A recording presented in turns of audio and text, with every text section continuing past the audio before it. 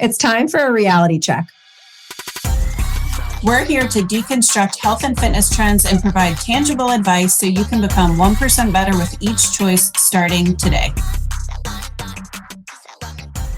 Welcome back to Reality Check. We are your hosts, Jess and Jill, and we are going to continue the lab series today on something that I just felt like was an important concept to discuss. But before we get into it, Jessica has some reality TV thoughts. I have a lot of them, but I don't think they're relevant to health in any way. I just want someone to talk to about Kyle Cook and his DJ journey. But that's oh my gosh, he was in Dewey last weekend. Me and Jill are both from Delaware, and he was at North Beach, which is our spot. Yeah, I was raised on North Beach. I lost so many IDs. I lost so many licenses I lost in the sand there. They have you on the wall, probably. So something that Jessica and I talk about a lot amongst ourselves, or we'll like send posts to each other about, I think the celebrities and their health habits, or the things that they get paid to post, or there's always an Ozempic. Anna Faris specifically, I think it was recently doing a scary movie promotion, and I saw a headline of her looking very, very, very thin, saying something about her jaw-dropping physique. And I'm like, well, if jaw-dropping just means very surprising, then I agree. I think it is detrimental and silly to define a physique as jaw-dropping like that.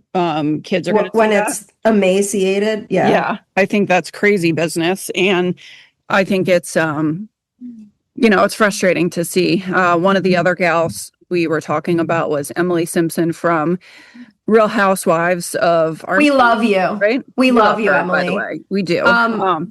So with her, I feel like, first of all, shout out, because I love her sharing her journey with full transparency. Like, I always loved like Real Housewives of New Jersey and New York. And I feel like they're, being from the East Coast, they're like more real versus like Beverly Hills and OC. I never really jived with until Gina and Emily came along. And I love Emily because she always you get what you see. Like you see what you get, whatever.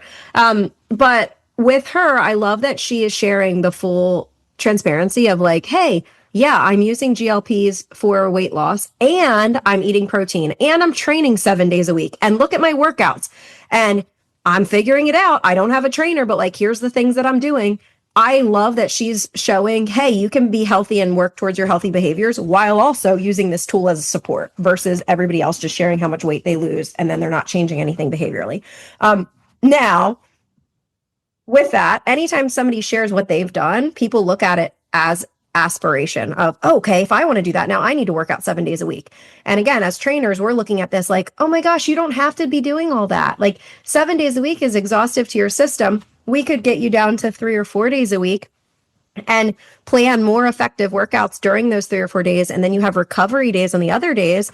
And not only could it actually be more effective physique wise and hormone health wise, it also, you're able to maintain it for the rest of your life, because when stuff hits the fan and you can't work out for a week, what are you going to do when you can't work out 7 days, right? 3 days is a lot more attainable for most people, right? So that's where effective programming really comes in. And again, the way she's gotten there, great, but you want to be able to maintain it with whatever the lifestyle is. And that's just unattainable to stick to for the rest of your life. Not only that, but it can lead to other high stress hormone type trickle downs because you're actually not getting enough recovery. So anyway, you're awesome. Thank you for sharing your full journey. If this clip ever gets to you, we would love that. But also, if you do effective program, if you have a good trainer, they can program for you for 3 or 4 days a week, and you can maintain these results and even continue to see really great results without having to do 7 days a week. And we do this a lot. For it. Be healthier. Yeah. And we do this a lot with our clients where they get so stressed out for our first month or two together because they're like, what do you mean you want me to do less? Like, more equals more results. And it's such a mental tug of war game. Like, we're trying to educate them on the why, so they understand, like, this isn't me just like saying don't do it. Like, I'm trying to teach you, like, this is the trickle down in your body. But then usually after a month or two, they're like, holy crap, I can't believe that I have been exhausting myself for years and years thinking that that's what I had to do. We see the same thing with women who are like, yeah, I love running because running is that's the way I stay fit. And then I'm like, okay, do you like it? And they're like, yeah, I love it. And then we dial it back and they're like, oh, this is so nice. Now I can go for like a little run if I feel like it, but I didn't actually love it like I thought. I just loved that. I thought that was the only way I could stay lean because I had done it forever. So again, it's usually a really like scary redirecting thing. their energy and their efforts to something that's more effective, that actually gives them more space and time and energy back because they don't have to go all of the time. Yeah, more does not equal more effective is the ultimate message that we want to send here. So, which actually ties in beautifully to today's topic because I want to talk about the ugly side of healing. And I think this is probably not talked about enough, honestly. And I can share very specific pain points having gone through this process myself. But I think that so often women come into the program and they are bloated, they're exhausted, they have joint pain, inflammation, whatever, any of these pain points and symptoms that they're dealing with that they don't want to anymore, right? And when we get labs back, that it's great validation to see like, okay, this is exactly why I feel this way. But, gut protocols are a great example of this, where women come in bloated and think as soon as they start a gut protocol, everything gets better. And I always use this analogy, but cleaning out your closet, cleaning out anything, right? You take it all out and you're like, what have I done, right? This is a disaster. And it gets worse before it gets better. And just like weight loss, healing is not anywhere near a linear journey. There are clients that I have that get resolution early on with symptom relief, and they're like, oh my God, this is amazing. And maybe when we shift into their repair phase, their body's kind of adjusting and they're like, I'm bloated, I'm this, why is this happening again? And it's like, hold on, your body's going through a lot, right? We are putting a much higher demand energetically on your body, asking it to detox, and we're getting rid of bad stuff and pushing it out. And, we've talked about this through the series, but the same thing as your labs. If you take your labs at a baseline and you take it months after a protocol, it's going to look better, right? But if you take a snapshot in the ugly part of it, your labs are also going to look ugly, right? And that's really important to understand that, again, as we're detoxing, things can get a little wonky for a second, and that can bring up symptoms, that can bring up things that maybe were festering or lingering under the surface, right? A lot of clients, not a lot of clients, some clients will end up sick and be like, oh, I'm fighting off a cold. And I'm like, it was going to happen one way or another. The detox part of it just brought it out, right? Or skin things. There might be an increase in skin symptoms like rashes or flares or acne or whatever. Again, these things are under the surface, and those are signs from your body that we have to listen to, right? And sometimes that changes the course of the protocol and sometimes it doesn't. But either way, know that going through healing, it's hard and it is not going to be sunshine and rainbows. And there is a lot more sacrifice involved through a healing protocol because we have to pull back the curtain. And everyone, it's human nature, right? You want the fastest result possible, but the fastest result possible means things are going to be really uncomfortable for a second. I could take someone through a healing protocol and maybe not even layer in supplements or maybe skip a detox portion. You can get better with just food and behavior change and all of those things, but it might take a little bit longer, right? And that's really... And even with it takes a long time, typically. I've had this conversation with 2 clients within the last 2 weeks of just like, oh my gosh, I don't think it's working. And I'm like, we're like 3 or 4 weeks into a kill phase and we haven't even started our repair phase yet. And like, okay, now you're having more regular bowel movements, better mood regulation, but you're still getting bloated after these certain meals or whatever. Think of it this way. We have like, and this is specific to a gut protocol, right? We might have bad detoxy type symptoms if we do some sort of intentional liver flush phase. They're all, this kind of applies across the board, but with gut specifically, you have like pathogen type things that are maybe like, think the bad bacteria or parasites or the things we want to kill. And then we have our commensal good, here's the good bacteria that we want that helps us in our gut. Okay, both stages are really important, right? So for one person, she has 2 parasites, a bunch of bad bacterial overgrowths, all this stuff, H. pylori, which often like hides in our gut mucosa. So we want to actually break down that barrier and that lining with some of the supplements while we're doing the kill phase so that we get anything that's kind of hidden. So we're exposing new stuff and we're killing it off, but we haven't even touched the fact that she's also low on all these great bacterias, right? So we might layer some things in, but we're killing stuff off and we haven't even added in the repair yet. So you might improve in some ways because now we're removing the pathogens, but also we don't expect your body to operate optimally until we also add in the good stuff, right? Those two layers are both important. And I think a lot of times people will be like a week or two into their kill phase and be like, oh my gosh, I'm not completely healed. It's like, this might take months, honestly. And it is multiple phases and layers. Me and Jill were talking about it with our own most recent protocols that each of us individually did, where like, for me, I'm like, I feel I have better bowel movements. I'm cognitively a little bit more clear. I'm feeling good on these kill phase supplements. Jill like got better. And then it was like, I think I'm starting to actually feel worse again. I think it's time to now move into my repair phase. It's been 6 weeks or 7 weeks here in this kill.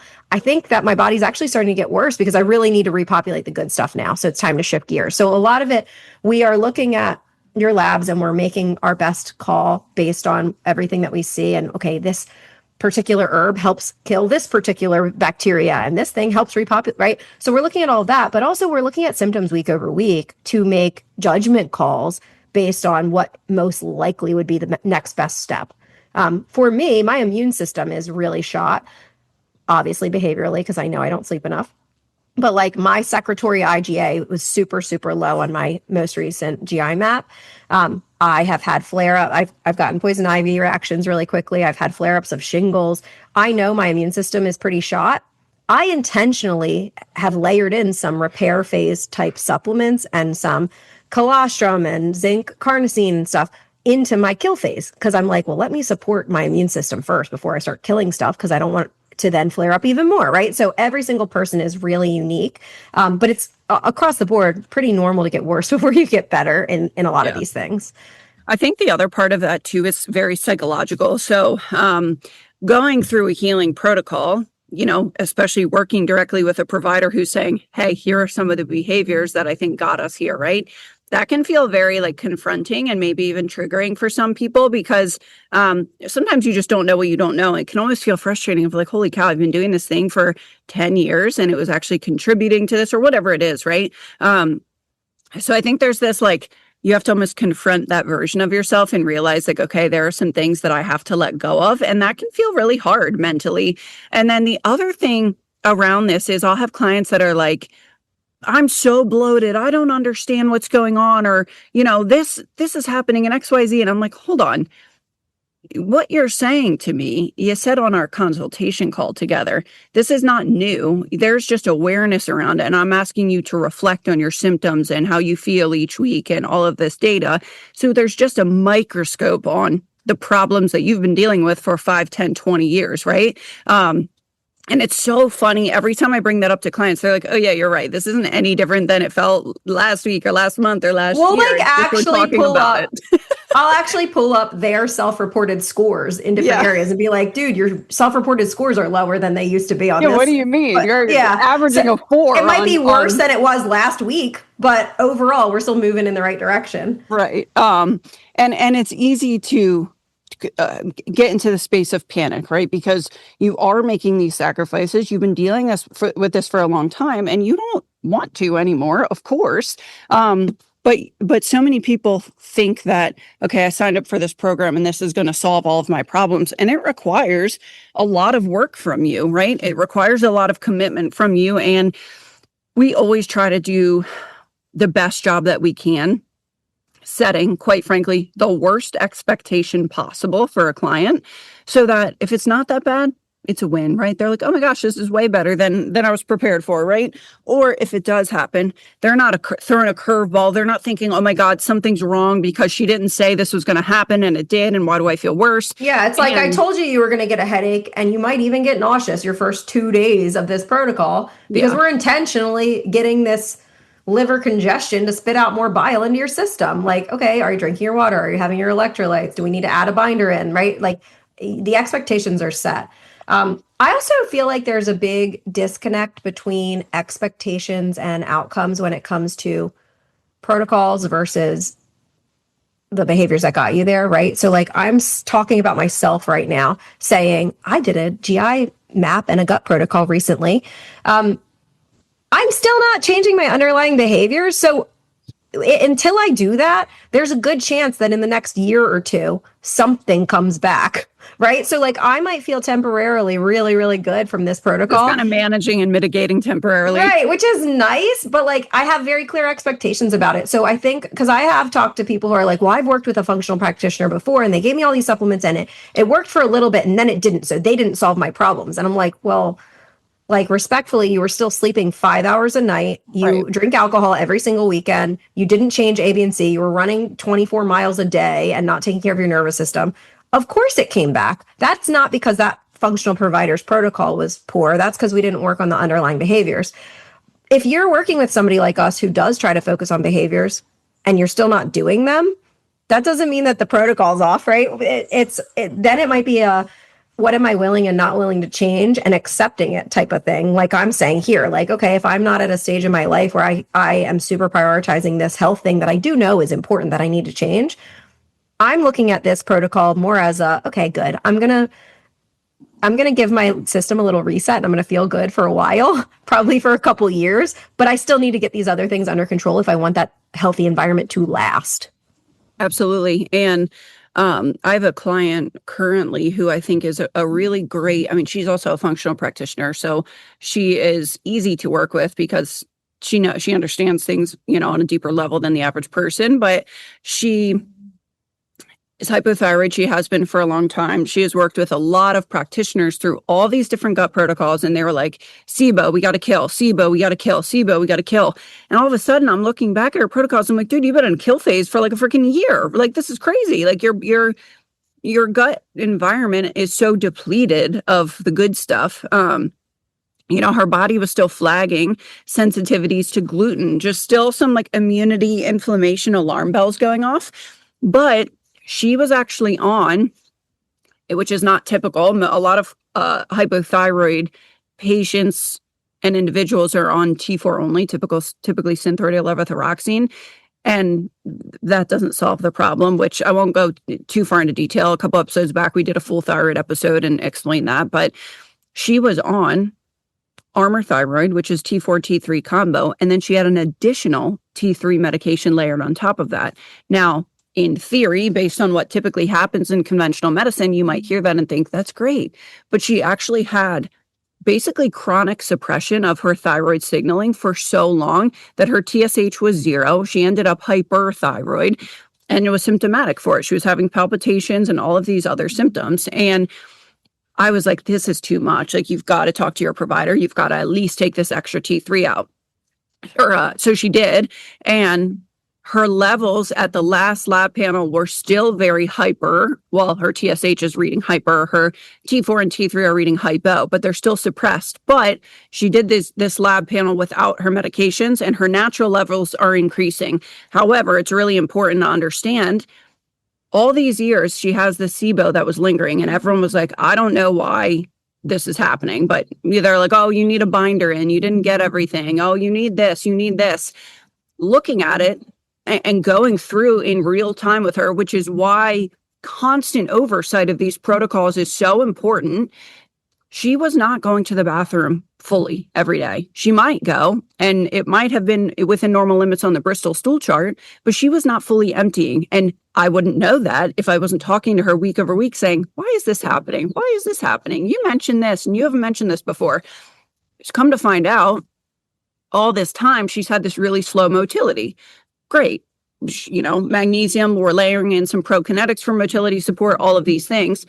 That is the root of this problem, right? But everyone kept killing off the bad stuff, but we're not addressing that she has slow motility. Great. We're starting to work on that and layering in extra support so that her motility can rebuild on its own later. So she shouldn't rely on supplements forever. But my point in saying all of the thyroid stuff is her T3 and that whole process is why her motility is slow, because there's a correlation there to the hypothyroid and motility. So the root cause of all of her gut issues are not slow motility, they are her thyroid.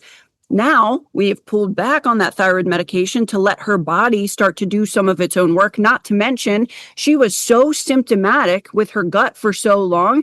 She was naturally avoiding foods. She didn't even realize it. She was under eating, and it wasn't intentional because she was so tired of being bloated and uncomfortable. So now, not to mention all of that, she had this chronic under eating pattern, which was downregulating her metabolism even further, right? So this is why it's so important to look at the whole picture. And she's frustrated through all of this, right? Because who the hell wants to be in a gut protocol, specifically a kill phase, with all of this restriction for all of this time?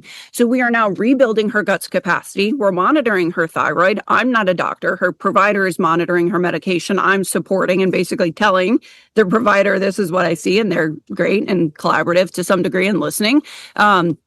We're working on her motility so that this SIBO is killed. It's done. We did a gut retest and it's not there anymore. And now we focus on rebuilding her gut that has just been beaten down by killers for all these years. Now she's going to be symptomatic through this process, and we have to increase these probiotics and the regrowth of this good bacteria very slowly. Otherwise, symptoms could be worse, right? We don't want to do that too quickly because we also don't want to feed any bad stuff. So it's a balancing act. And I hope that explanation explains not only why oversight is so important and what it actually means to get to the root cause of something, but I've been working with this client for well over a year now, and it took some time and layers to actually figure out what's going on. It took time and multiple lab panels for me to be like, holy shit, here's this pattern here. Snapshot, cool, we can do that and see what's going on.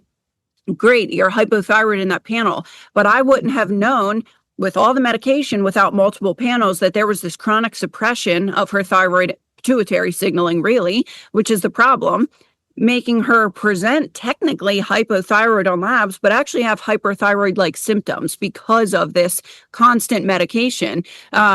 So again, it is really all connected, and that is in and of itself the ugly side of healing, where she wants to heal faster, and I'm like, I can't make this suppression. We've got to just let your body do what it needs to do.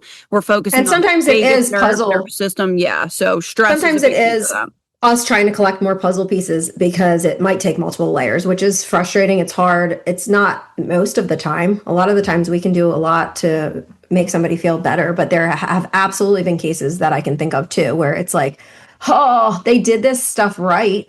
Okay.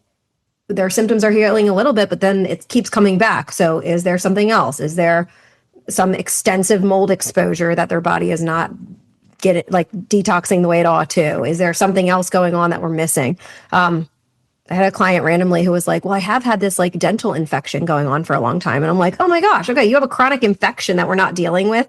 And meanwhile, we're looking at these other things and we're working on them, which is great. You're getting healthier, but like, we can't ignore an actual infection. Like you need to go to the doctor for that thing, right? So anyway, yeah, it's layered, and we are not magic workers here, right? We're putting together puzzle pieces and best probable outcomes in terms of the protocols. I think also too that like some people are sick for so long that they like adopt it as part of their identity.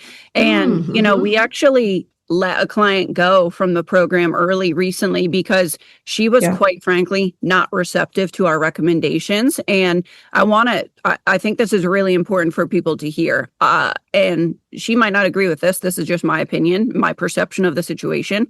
I don't think she wanted to get better. I think she has been so tied to being this unique, nobody can figure me out case that she almost doesn't want to be figured out. And she would be like, no, somebody recommended that supplement before. Nope, somebody did that before. Nope, tried that before, it didn't work. And it's like, hold on.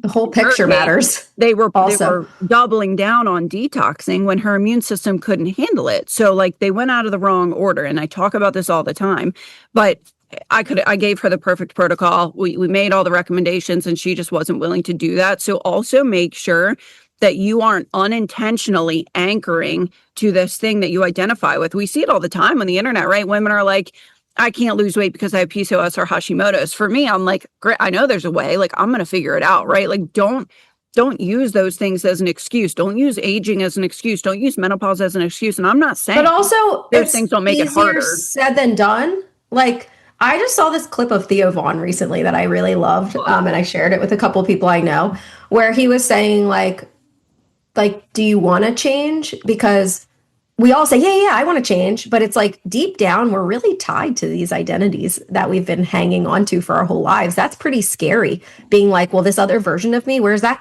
person going to go? Like, that's who I've always been. That's like a terrifying thing to say, like, I'm going to be different. So I guess having that conversation with yourself of, am I ready to like let that version of me kind of like die off? Because that's, maybe you're not. And that's okay if you're not quite there yet. But then it's a waste of your time and money to invest in something pursuing change if you're not actually ready to step out of your comfort zone. If you want to stay in the same cycles, sometimes it feels good, even if you're in a miserable cycle. Sometimes comfort of the familiar feels better than, okay, I'm going to do something new, because it's scary to do something new, but that's what's required if you want to change. Yeah. And I think actually that's a good point in terms of temporary discomfort versus chronic discomfort, right? Healing is uncomfortable because, to Jess's point, change is uncomfortable. But you are choosing between this temporary discomfort that is allowing your body to heal, and on the other side, thrive and have the balance and have all the things that you're looking for. But you have to be willing to probably get a little more uncomfortable than you're coming to me as, right? You're going to get uncomfortable by changing your behaviors, right? That have led you to this place of dysfunction, by doing things that feel hard, making sacrifices, and still being symptomatic despite making those changes for a short time, right? But you choose that path, or you choose the path of discomfort of just adopting it as your personality and living that way. Like, on what planet would somebody choose that? When I say that out loud, right? But people do. Some people are, like Jess all said, of us not ready. All of us have to make a very intentional choice, because our body is always going to first want to go back to homeostasis or want to go back to its norm. This is like people who keep going back to abusive relationships and stuff, right? It's like, logically, why are you doing that to yourself? But if that's what you're most familiar with, safety comes from what we know, right? So I don't know. I don't want it to seem like, oh, you're weak if you can't change. It's like, this takes a lot of intentional effort to say, okay, I'm actually ready to accept a new version of myself and let that other one go. Do you know what's so interesting? I saw an Instagram video yesterday, and I don't remember the whole thing, but basically, this woman was like, I want to make this career move, but I'm afraid. And the guy's like, well, what are you afraid of? And she's like, well, I'm afraid of living on my savings. And he was like, hold on, you just told me you're afraid of something you don't even know the outcome of. What if you living on your savings is the most freeing, beautiful thing you've ever done, and it's absolutely life-changing? You are making decisions or not making decisions and holding yourself back based on an outcome that is completely made up in your head. And I think that's helpful to know, because so many people are like, well, what if it doesn't work? Yeah, what if it doesn't, right? Like, our brains are like trying to protect future us, but we're not fortune tellers. Like, we don't know. So yeah, you might be missing out on the best thing ever by trying to protect yourself. Yeah. Unintentionally, whether consciously or not consciously.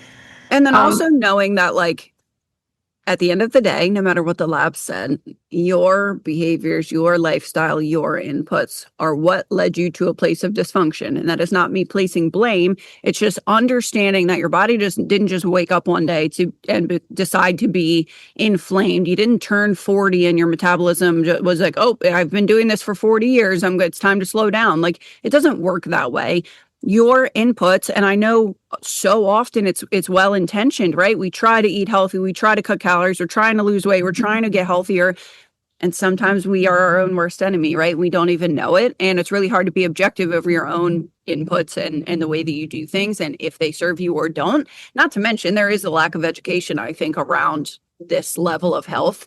But just knowing that, like Jess said, there are protocols, there are supplements, there are labs, there are workouts, there are all of these things, but you have to actually be willing and ready and open to stepping into a different version of yourself. And that can be really scary and really triggering for your nervous system, because it's going to naturally be like, no, don't change. Even if not changing is the worst possible outcome for you, your brain is wired to make you think that change is unsafe, even if it's amazing, right? I mean, I quit my job on a Friday afternoon by slipping a note under my boss's door at 12:30 in the afternoon and never went back. I had no job. I didn't know what I was doing. I can't imagine.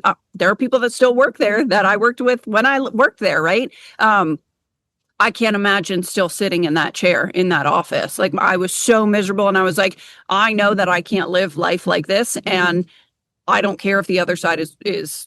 But some people are less, yeah. like, I feel like you and I tend to be less risk averse than other people. Whereas like both of our husbands are like stability type people where it's like, oh my gosh, I can't leave this job, even if I have another one lined up, because I'll disappoint people and it's like, you only have one life. If you're not happy, like, you have to change if you want something to change. Right.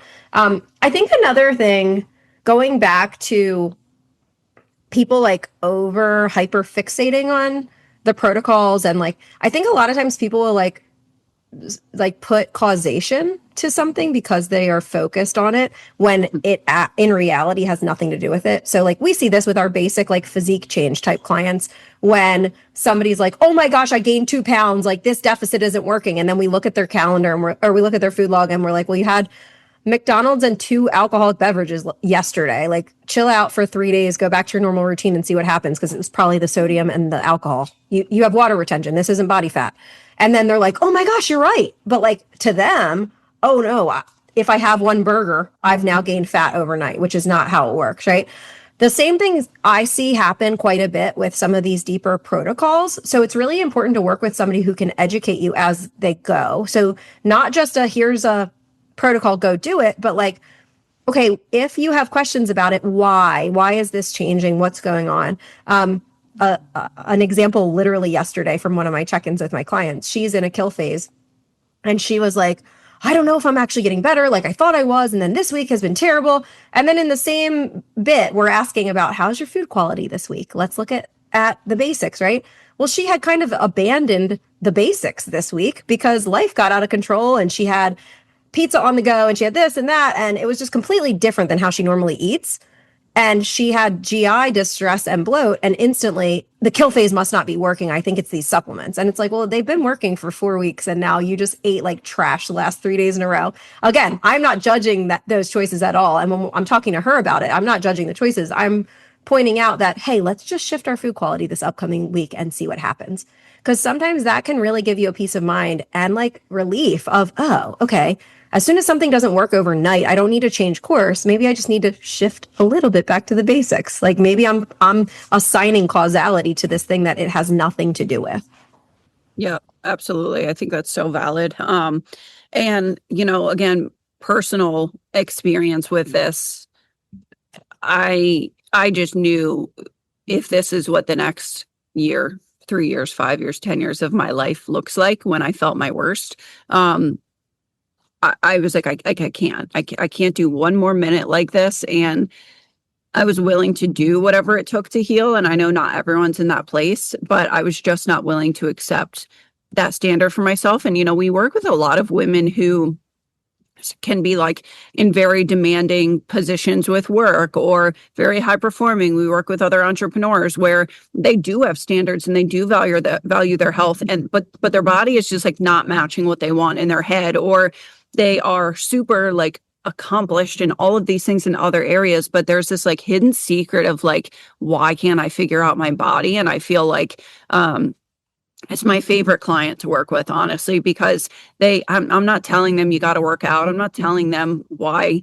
fueling their body is important. I'm not telling them all of these things. It's not new information to them. They're typically very well informed with their health. It's just a refinement of usually doing too much and dialing them back and optimizing that way. And it's really a beautiful process. But I think that's really the point, is to, as always, meet people where they're at in their health journey and help them open their eyes to possibilities, right, of what the other side of healing looks like, but also set those expectations of like, hey, you've been doing this for a long time. It's not just going to happen tomorrow, overnight, whatever the case is. It's going to take time, but so cliche, but like there's a lot of like beauty in the process. That's the point of like the becoming through that.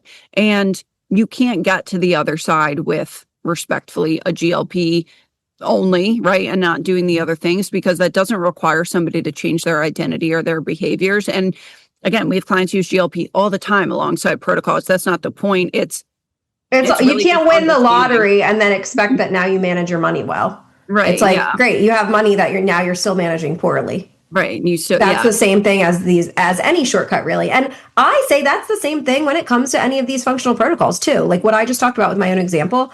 Me and Jill debate this a lot on the back end in terms of our passions in the coaching industry, right? Like both of us have this functional experience and knowledge, but I really enjoy helping people with the basics because I know that that's the thing that's going to last for them, right? Meanwhile, we have all these women who are like, but I am health obsessed and I do all these things. The value of some of the functional labs and the functional protocols is it's kind of like a shortcut. It'll help you get back to feeling better and improving your labs a little bit faster. It'll get our body to a baseline so that then we can maintain with the basics, right? So again, Jill mentioned like, okay, I could probably slowly heal my gut and my body over time with only whole foods and this and that. But I can get there a heck of a lot faster if I use some supplements along the way and I work on this other stuff. So I just want everybody to understand the value of both and like the why behind both. Because also, too, both are with important. Functional and supplements and things like you can be a really healthy, balanced person, right? But at the end of the day, life has demands and life has other plans for us. And, there are times where you go through a stressful season of life and there's always going to be some give and take. And really what I want for everybody is to be so health informed that if there's an area of their health that's suffering, maybe it's just the social part, maybe it's the romantic relationship part, whatever, that they can see that, self-reflect, identify, and know how to tip the scale if that's something that they want to change, right? But you can't say, I'm tired of being bloated, I want to fix my gut health, but then eat fast food on the go all the time, right? Like it just doesn't work that way. So again, having the education and the awareness piece is another thing that's really important to us when we walk women through this journey, because we don't want you to just have a protocol and get symptom relief and come to the other side. I want you to know what drove that bus, right, for you to be symptomatic. And why we make changes when we make it at different points. I have always the biggest levers to pull too. I think I've made a big shift in this. Like when I first started in my fitness journey, right? Like back in, honestly, towards the end of high school in 2009, 2010, I started like, okay, I'm lifting weights now. I'm taking every supplement under the sun from GNC because I heard that this helps with building muscle. I heard that this helps with fat loss. I heard that you need this pre-workout. I went from that to kind of the opposite where I was like, we can get all of our stuff through whole foods and our liver detoxes things for us. And I don't know, I have such an aversion to people who push supplements because so often it's with a lack of education and a lack of awareness around the why behind each around, okay, well, that's not even an effective amount that's in that supplement. Like I get triggered by people who push supplements. I have come full circle, I think, to being much more blended in both approaches. Because a lot of us, even if you are eating really healthy, you probably are not getting everything you need. Like we're in this environment that makes it very hard to do that. I have a client right now, he's a coach as well. And it's funny working with him because I feel like he's where I was 10 years ago in terms of my mindset around it, where he's like, don't call it a detox, but like, I get what you're saying, but like, don't call it a detox, or I'll do it. I'll do the food stuff, but I'm not adding those supplements. And yesterday I did his check-in and I'm like, all right, bro, like if you're not doing the supplements, I need you to eat all these different food varieties because this gives you selenium and this gives you magnesium, this gives you this. And I know that's hard. So like, if you want it to be easier, you could add in a supplement and here's what I would recommend. But again, sometimes that just makes it easier because it's hard to be perfect. Nobody can be perfect with everything. And we're working and we have kids and we need to sleep sometimes, right? Like it's like all of this stuff on top of it. There are tools and technology and like, again, this is a whole nother topic. This has nothing to do with gut protocols, but peptides and like there's all this other stuff that can assist along the way. Why not use it if you have the resources to be able to afford it, why not blend both models, right? Literally, literally the point. So I feel like this shouldn't be thrown into the middle of the episode, but like you guys asked more about like, what do we do and all that. And everybody wants to hear shortcuts. There's no shortcuts. I'm still lifting weights 2 to 3 times a week, still eating lots of vegetables and fruits and colors, lots of protein every meal. But I personally am back, and I did this back in like probably 2022 or 2023. I did a round of BPC for specifically gut healing, and it was cool because when I did this, when I took BPC the first time, I had like a knee issue that was kind of like pelvic floor related. I had a baby in 2022. And every time I squatted, I would like feel my knee, and I was doing all the physical therapy moves and it wasn't getting better. I took BPC for my gut, and my knee never had an issue since. Like it was like it healed whatever was going on. So anyway, I just started taking BPC and TB 500 again as a complement to this gut protocol I'm doing. So while I'm in this repair phase, I'm also taking these other peptides that are helping with tissue repair and inflammation. Again, full transparency, because that's going to help me heal faster. Why not do it, right? It's going to help my gut lining heal. But I like us sharing full transparency what we're doing, so that it's like, okay, if you have the tools and resources, this can help.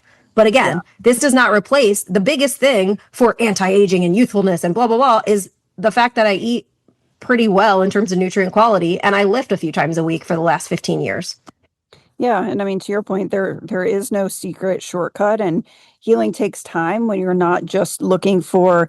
You might want some symptom relief early in a protocol or something, and that's fine. But we're not here to just suppress the symptom. We want to change the conditions that made that symptom arise in your body, right? Like gut healing takes time, motility takes time, thyroid takes time, hormones take time, metabolism takes time to rebuild, and I think people. Like Jess said, I'm doing all the right things. Why don't I feel better yet? But the body's not just responding to what you did today, yesterday, last week, or even really last month. It has to adapt away from years of these signals that you've been sending it that led it to this place of dysfunction. So it's just knowing that even labs are really, at the end of the day, just a snapshot in time. And yes, it's how your system has adapted over time. But the goal long-term is not to live in restriction, not to stress about symptoms coming back. It's really just how can we optimize health from the inside out? And that is physiological, that's psychological, that's behavioral, right? There's all these components to it. But you just have to be able to look at the patterns, know when to pull what lever at what time, and functional is beautiful, and I'm really, really proud of the work that we do. But just know that you're not doomed if you can't sign up and pay for a functional health coach. I mean, more power to you. We're happy to help anybody, but go back to our earlier episodes and listen about how to make your metabolism more robust, how to nourish your body, how to stop stressing, how to add recovery modalities during the day, sleep and get sunshine in the morning, and turn off your cell phones and TVs at night when it gets dark outside. Like those are the things that are going to heal you long term. Yep. Yeah. Just pull those biggest levers that we always talk about, right? Like fueling your body, more whole foods, more recovery, especially for those women and people who think it's just go, go, go. I have to do to find value in myself. And I know Jess is probably like, okay, kettle, but I mean, again, both of us are accepting this stage of life that we're in, where we are burning the candle at both ends. We are real people.